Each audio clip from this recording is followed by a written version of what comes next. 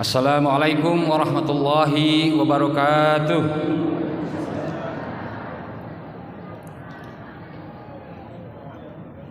Alhamdulillahilladzi arsala rasulahu bil huda wa dinil haqq liyudhhirahu 'ala dini kullihi wa kafa billahi syahida. Asyhadu an la ilaha illallah wahdahu la syarikalah wa asyhadu anna Muhammadan 'abduhu wa rasuluhu la nabiyya ba'dah. Qala ta'ala fil Qur'anil Karim, a'udzu billahi minasyaitonir rajim. Bismillahirrahmanirrahim. Ud'u ila sabili rabbika bil hikmah wal mau'izatil hasanati wajadilhum billati hiya ahsan. Wa qala aidan wal 'asr innal insana lafi khusr illal ladzina amanu wa 'amilus solihati wa tawassaw bil haqq wa tawassaw bis sabr. Amma ba'd. Hadirin masyaallah muslimin rahimakumullah, sidang salat zuhur Masjid Raya Al-Jabar rahimakumullah. Pada ceramah ba'da zuhur kali ini saya tugas dari Ketua MUI dalam tanda petik dipaksa untuk tampil menyampaikan tausiah ba'da zuhur yang rutin diadakan di Masjid Raya Al-Jabar ini.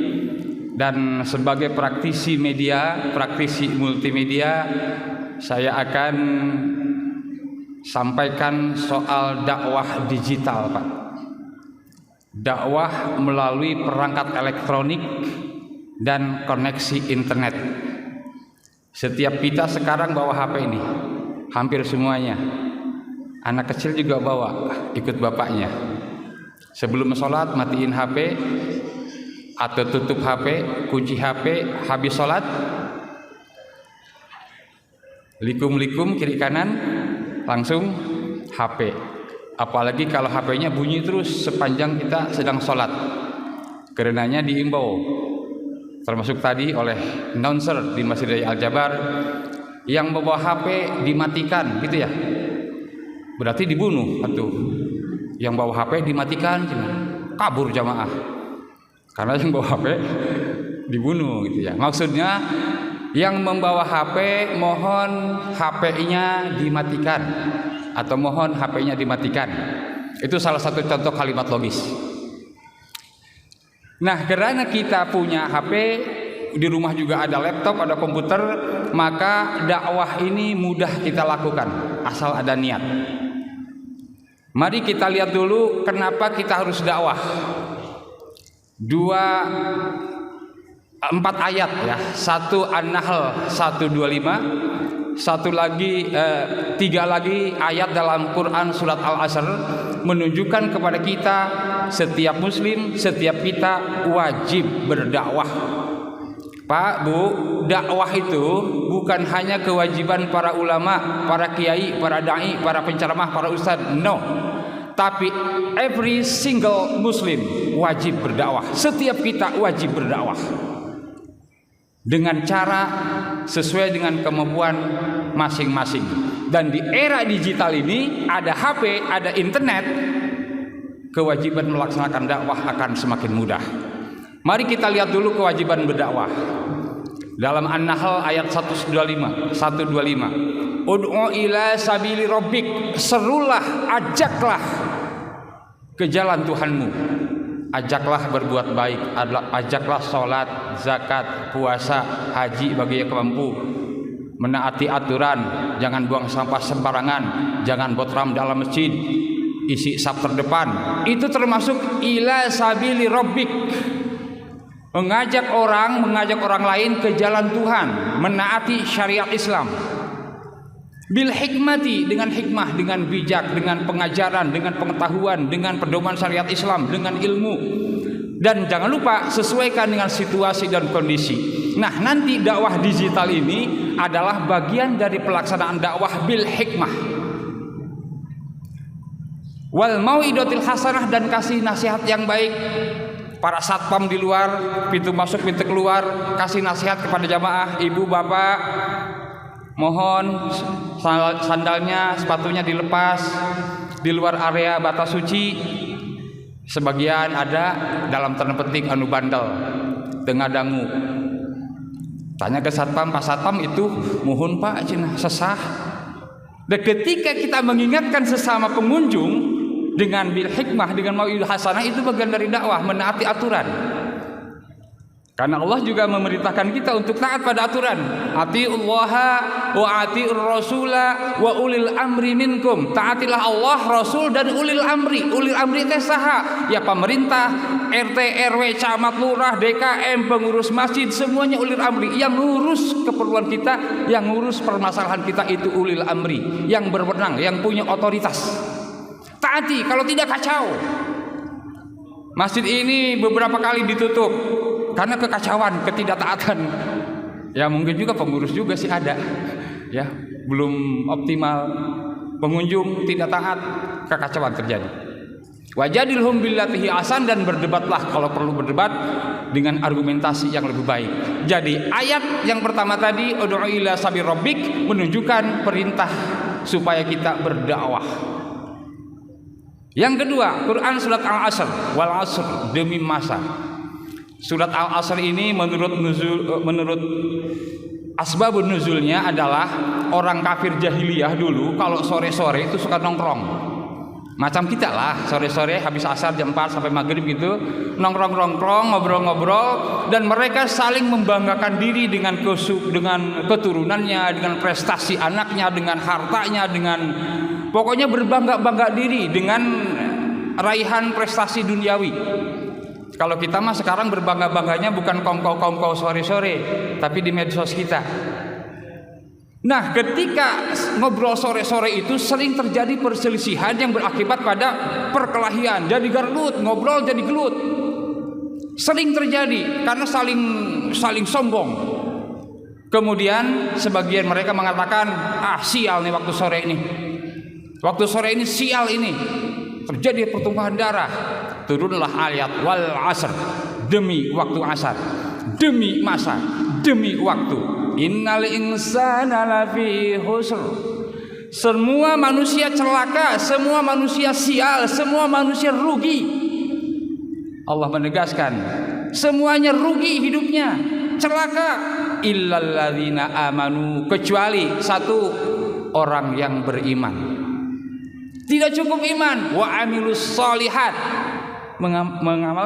mengerjakan amal soleh, mengamalkan keimanannya. Iman itu tidak hanya diucapkan, tapi juga dibenarkan dengan hati dan dilakukan dengan amal perbuatan. Al imanu tasdiqun bil qalbi, ikrarun bil lisan, diucapkan. Orang masuk Islam harus baca syahadat, ikrar. Wa amalun bil arkan, dilakukan, diamalkan.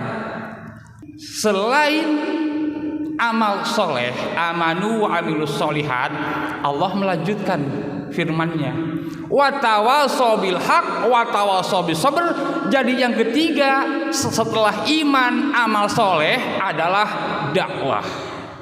Saling menasehati, saling berwasiat satu sama lain, saling mengingatkan dalam hal kebenaran dan kesabaran. Dan al-haqqu mir rabbik, kebenaran dari Allah. Fala takunanna minal mumtarin, jangan pernah ragu. Jadi Quran surat Al-Asr sebelumnya An-Nahl 125 menunjukkan kepada kita setiap muslim wajib berdakwah. Seorang muslim tidak egois, tidak mementingkan diri sendiri. Kewajiban dakwah juga ada dalam asal usul kata Islam. Aslama, pasrah diri. Salima, selamat. Ada juga salama, menyelamatkan orang lain, ngajak orang lain ikut selamat, ngajak orang lain ikut bahagia.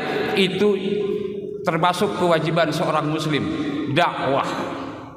Sesuai dengan kemampuan kita, sesuai dengan kapasitas diri kita masing-masing, kewajiban dakwah itu bisa kita lakukan. Yang bisa nulis, silahkan nulis artikel tentang dakwah, tentang keislaman. Yang bisa bikin berita, jadi wartawan, silahkan bikin berita tentang syiar Islam, kegiatan-kegiatan keislaman. Muat di websitenya, muat di blognya, muat di media sosialnya. Yang suaranya bagus, bikinlah azan-azan berbagai langgam. Yang bisa tilawah Quran, yang bisa qiraah, bikinlah konten tentang bacaan Quran yang pakai qiraah. Yang punya suara merdu juga bikinlah konten sholawat. yang sekarang rame, alhamdulillah. Jadi ketika muncul media sosial diisi dengan konten-konten Islami, itulah bagian dari dakwah. Nah, setelah kita paham bahwa dakwah itu wajib kita lakukan dengan kapasitas, dengan sesuai dengan kemampuan kita masing-masing, maka ulasan kedua adalah bagaimana caranya kita berdakwah. Fokus kali ini adalah dakwah digital. Dakwah digital itu adalah dakwah mengajak kepada kebaikan, sabili rabbik, ke jalan Tuhan, dengan cara memanfaatkan teknologi elektronik dan internet. Digital secara bahasa artinya perangkat elektronik dan jaringan internet. Electronic devices and internet connection. Sehari-hari kita bergumul, bukan bergumul artinya naon. Apa karena masa popoe tidak lepas dari internet. Maka Bapak Ibu tidak hanya baca WhatsApp, tidak hanya buka komo anu joget-joget mah. Upami muncul nu joget-joget saliwat teh tong ngiceup. Ya, saliwat teh. Jangan malah di-save, di-like, di komen. Wah, bahaya. Jejak digital ibu bapak di HP ibu bapak itu ada. Ibu-ibu kalau ingin tahu, Bu, bapaknya suka, suaminya suka nonton video apa saja, diam-diam, terang-terangan juga boleh kalau dikasih, dipinjam HP bapaknya. Buka akun medsosnya, di situ ada jejak digital video apa saja yang dibuka oleh bapaknya, oleh suaminya. Ketahuan, Pak. Maka bapak-bapak jangan lupa clear cache, clear browser history. Betul, Kang Ojang? Ini gimana sih ngasih tahu ibu-ibu tapi juga ngasih tahu bapak-bapak biar imbang, biar aman dua-duanya, ya. Dakwah digital itu adalah dakwah memanfaatkan komputer dan HP, komputer, HP dan internet. Bahasa ilmiahnya adalah computer devices, electronic devices and internet connection. Apa yang bisa kita lakukan? Kita bisa menjadi konten kreator Islami, Pak. Era internet hari ini adalah era internet, disebutnya era digital. Semua serba digital. SIM kuring beli pacul oke online, Pak. Beli pacul online, datang gagang pacul, datang paculnya bingung, masang kumaha? Online deui wae karena YouTube, cara pasang gagang pacul aya, Pak. Itulah big data, era big data, semua sekarang ada di Google, di internet, dan Google adalah media yang mengindeks seluruh data yang dimasukkan oleh kita. Sekarang ini yang ketika kita buka internet semuanya adalah media dan kontennya dibuat oleh para pengguna. Kita umat Islam terutama tidak hanya menjadi konsumen tapi juga jadi produsen. Tidak hanya jadi user tapi juga jadi publisher. Jadi content creator, pembuat konten. Ibu upload potongan cuplikan ceramah ustadz, itu konten Islami, itu dakwah. Ibu bapak potret Masjid Al-Jabar lalu bikin komen misalnya sholat jamaah di masjid pahalanya apa, kutip hadis gitu, itu sudah dakwah. Kemudian ibu melihat yang ngaji Quran kemudian direkam, kalau ada yang ngaji di tempat umum rekam boleh, yang terlihat oleh publik kita rekam itu sah, itu aturannya. Jadi konten kreator Islami itu adalah membuat konten-konten yang bernafaskan Islam, konten kebaikan bernafaskan Islam, dan itu menjadi konten dakwah. Secara teori menjadi konten creator Islami itu yang pertama adalah writing, menulis. Pak, Bu, kalau para ulama kita nggak nulis, nggak akan ada namanya kitab Jurumiyah, kitab Alfiyah, kitab Safinatun Najah, tafsir Ibnu Katsir, Ihya Ulumuddin, nggak akan ada kalau para ulama dulu nggak nulis. Dan warisan ulama ini harus kita teruskan, harus kita warisi, kita lakukan. Ikatlah ilmu dengan menuliskannya. Qayyidul ilma bil kitabah. Ibu bapak sekarang dengar ceramah, oh iya, keluar masjid lupa lagi, kan nggak diikat, tuliskan, rekam. Nyalakan audio recordernya, nyalakan video recordernya, itu mengikat ilmu. Jadi yang pertama adalah writing, menulis. Yang kedua blogging. Blogging itu membuat website pribadi, Pak, Bu. Kita semua bisa bikin website gratis, Pak. gratis. Kumaha carana? Catat ini. blogger.com. blogger.com. Masuk, bikin akun, bikin website, itu jadi website pribadi, personal website. Dan itu bisa bersaing dengan website yang selama ini ibu bapak kunjungi. Blogging, membuat blog. Kemudian berikutnya adalah podcasting. Podcast, konten audio. Ada namanya aplikasi Anchor. Begitu ibu bapak bikin rekaman, misalnya hanya membacakan satu ayat saja ngaji, A'udzubillahi minasyaitonir rajim. Bismillahirrahmanirrahim. Nun. Shadaqallahul azim. Upload. Nun satu ayat kan? Ya sah lah. Ta'udz, basmalah, nun, shadaqallah. Dan pahalanya karena satu huruf ya 10 saja. Yang azannya bagus, kita bilang, hai guys, kali ini aku akan azan langgam ros. Allahu Akbar, Allahu Akbar. Itu aja dulu ya. Kalimat berikutnya di episode kedua, di part kedua. Sudah konten dakwah. Podcast, rekaman audio. Dan podcast juga ada berbentuk video seperti yang kita lakukan. Jadi yang pertama writing, kedua blogging, ketiga podcasting, bikin podcast hanya bermodalkan. Modal ya, pakai A bukan pakai O. Hanya bermodalkan HP itu sudah bisa bikin podcast. Berikutnya adalah vlogging. Vlogging itu membuat konten video. Membuat konten video ini termasuk yang tren, populer. Yang viral-viral itu kebanyakan video. Para pejabat pemerintah waspadalah, hati-hati, taati aturan, berbuatlah baik karena masyarakat sekarang punya media sendiri. Kita Pak punya media sendiri. Ada aparat, ada siapapun masyarakat yang berbuat curang, berbuat culas, berbuat salah, itu terekam dan akan terekspos di media sosial. Jadi kalau dulu kita mengandalkan wartawan, mengandalkan penyiar untuk memviralkan sesuatu, saat ini kita bisa memviralkan sendiri. Setiap orang punya akun media sosial, ada Facebook, ada Twitter, ada Instagram, dan ada TikTok. Waspadai algoritmanya, waspadai pula konten-konten yang negatif, hindari, karena begitu kita tonton satu konten, maka konten yang sejenis akan merudul. Itulah algoritma. Hadirin rahimakumullah, dengan demikian era digital ini kita bisa melaksanakan salah satu kewajiban sebagai muslim, yaitu dakwah digital. Memanfaatkan komputer, HP yang kita miliki dan kita upload, kita posting akun-akun media sosial kita. Kita isi akun media sosial kita dengan konten-konten positif.